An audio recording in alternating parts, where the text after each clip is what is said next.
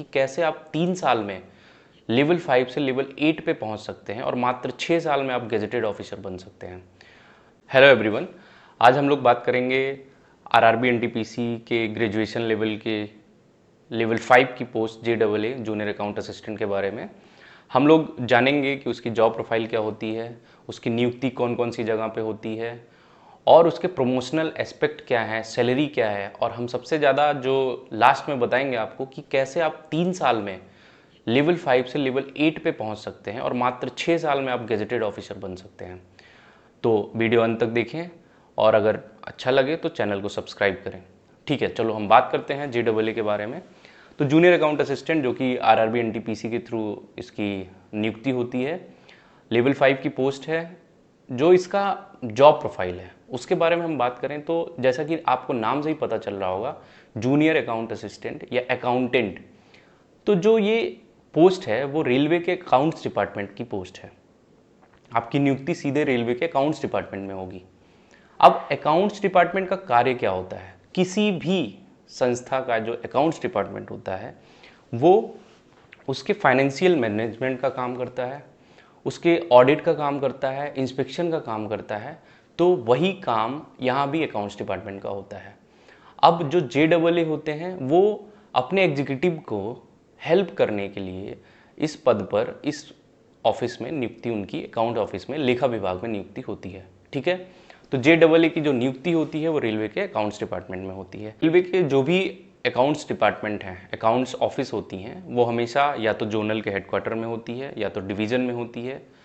तो जो आपकी पोस्टिंग होगी वो या तो हेडक्वार्टर उस जोनल के, या तो डिवीज़न में, या तो जो विभिन्न वर्कशॉप्स होते हैं, प्रोडक्शन यूनिट होते हैं, या RDSO हो गया, इन सब जगहों पे आपकी पोस्टिंग होती है। ठीक है, अब इसके जो ऑफिस में कार्य में चीज़ें आती हैं, जैसे कि जिस भी डिवीज़न में आप कार्य कर रहे हैं, जिस भी हेडक्वार्टर में आप कार्य कर रहे हैं, जिस भी वर्कशॉप में आप कार्य कर रहे हैं, उसमें जितने भी उससे संबद्ध जितने भी कर्मचारी हैं, एम्प्लॉय हैं, उन सबकी सैलरी, PF, पेंशन, और उस डिवीज़न में कोई भी काम, जैसे डिवीज़न में हो गया कि रेल की नई लाइन बिछनी है, नया प्लेटफॉर्म बनना है, तो इन सब का जो खर्चा आएगा, इन सब के जो फाइनेंशियल इम्प्लीकेशंस होंगे, वो कैसे अच्छा करा जाए उसकी सजेशन अकाउंट्स डिपार्टमेंट देता है। तो हम लोग भी उसी की हेल्प करते हैं। मैं खुद एक जूनियर अकाउंट असिस्टेंट हूँ। अब दूसरी बात कि जो प्रोडक्शन यूनिट होते हैं या वर्कशॉप होते हैं उनमें भी यही काम होता है। उनके कर्मचारियों का PF, पेंशन, और जो भी कॉन्ट्रैक्ट होते हैं, जो भी कहीं कहीं इंजन की ओवरहॉलिंग होती है, कहीं ग्रेडर बनते हैं, तो वो सब कामों का फाइनेंशियल इम्प्लीकेशन देखना। अब ऑफिस में कई सारे सेक्शन होते हैं, जैसे PF पेंशन सेक्शन हो गया, ADM सेक्शन हो गया, एक्सपेंडिचर सेक्शन हो गया, फिनांस सेक्शन हो गया, वर्कशॉप में स्टोर्स होते हैं, उसमें WMS होता है, इस्टेब्लिशमेंट होता है। तो इन सब में आपको अपनी कार्य देना पड़ता है। ठीक है, तो ये बात होगी जॉब प्रोफाइल की, आप इजीली कंडक्ट कर लेंगे। अब दूसरी बात करते हैं कि इनकी नियुक्ति कहाँ होती है।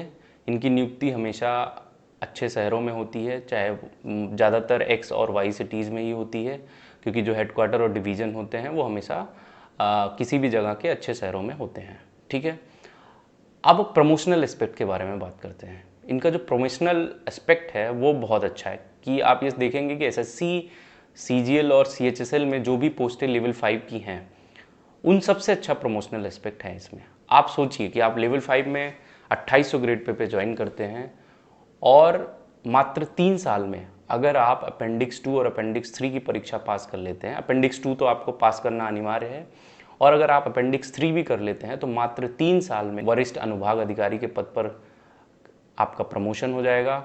या तो आप TIA बन जाएंगे, ट्रैफिक इंस्पेक्टर जो होता है, ISA बन जाएंगे। तो आप मात्र 3 साल में 4800 ग्रेड पे पहुंच जाएंगे।